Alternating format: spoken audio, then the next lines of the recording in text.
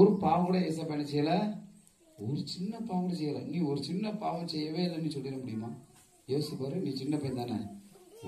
ஒரு முறை கூட எங்க அம்மா அப்பா நான் எடுத்து பேசுறதில்ல. காரணம் இல்லாம என் தம்பியை என் தங்கச்சி அடிச்சதில்லைன்னு சொல்லிட முடியுமா? திருடுனது இல்லைன்னு சொல்லிட முடியுமா? கெட்டாரத்தை பேசணும்னு சொல்லிட முடியுமா? ஆனா ஏசப்பா ஒரு தப்பு கூட பண்ணவே இல்லையா? ஏசப்பா ஒரு தப்பு கூட பண்ணவே இல்லை.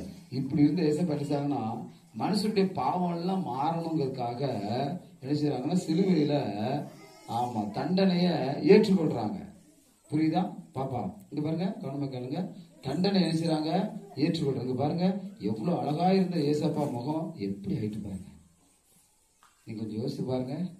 தப்பு செஞ்சா யாரு நம்ம தானே அடி வாங்கணும். இப்ப ஏசப்பா நம்ம செஞ்ச தப்புக்கு எப்படி அடி வாங்கியிருக்காங்கன்னு பாருங்க.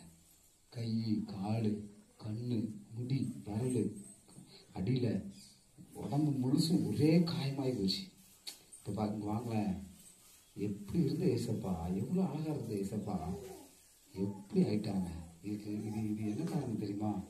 நான் பிசாசிட்ட தண்டனை வாங்கக்கூடாதுன்னு ஏசப்பா என்ன செஞ்சுட்டாங்கன்னா, எனக்கு பொழுது அடி வாங்கிட்டாங்க.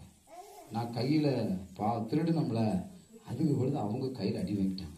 நான் கெட்டதை பேசணும்ல, அதனால வாயில அவங்க தண்டனை அவங்க என்ன செஞ்சுட்டாங்க, வாங்கிட்டாங்க. அவ்வளவு அழகா இருந்த ஏசப்பாவை இவ்வளவு மோசமா ஆக்குறது யாரு? நம்முடைய பாவம். இப்ப ஏசப்பா சொல்றாங்க, உன் தண்டனை எல்லாம் நான் வாங்கிடுறத நீ இப்ப என்ன செய்ய, நல்லபடியா வாழ்க்கையை நடத்து. ஏசப்பா எதுக்கு வந்தாங்க தெரியுமா? உன்னுடைய பாவத்தையும் என்னுடைய பாவத்தையும் மன்னிச்சு பரிசுத்தமா நம்மளை வாழ வைக்கணும்.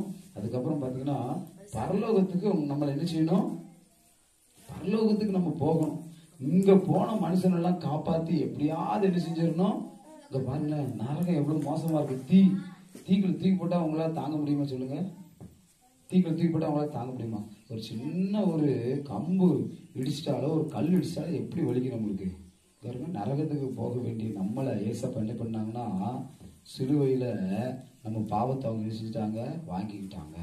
நம்ம பாவத்தை வாங்கிக்கிட்டு இப்ப ஏசப்பா சொல்றாங்க, எப்படியாவது நீ பரலோகத்துக்கு. இப்ப பரலோகம் எவ்வளவு அழகா இருக்கு பாத்தீங்களா? ஒரு வெளிச்சத்தை பாருங்க, எவ்வளவு மேகம் முட்டம், எவ்வளவு அழகா இருக்கு பாத்தீங்களா பரலோகம். அப்ப ஏசப்பா எதுக்கு வந்தாங்க? நம்மளை பரலோகத்துக்கு அனுப்புவதற்காக தான் வந்திருக்காங்க. புரியுதா உனக்கு? நம்மளை நல்வழிப்படுத்தி, பாப்பா கேளுங்க, பெரிய பிள்ளை கேளுங்க, பெரிய பிள்ளை கேளுங்க, பெரிய பிள்ளை கேளுங்க. இங்க பாரு, நம்மளை பரிசுத்தப்படுத்தி, இங்க பாரு, நம்மளை சரிப்படுத்தி எங்க கொண்டு போகணும் ஏசப்பா விருப்பப்படுதாங்க? எங்க கொண்டு போகணும்னு சொல்லுங்க, எங்க கொண்டு போகணும்னு? நம்மளை சரிப்படுத்தி பரலோகத்துக்கு கொண்டு போகணும்னு ஏசப்பா நினைக்கிறாங்க.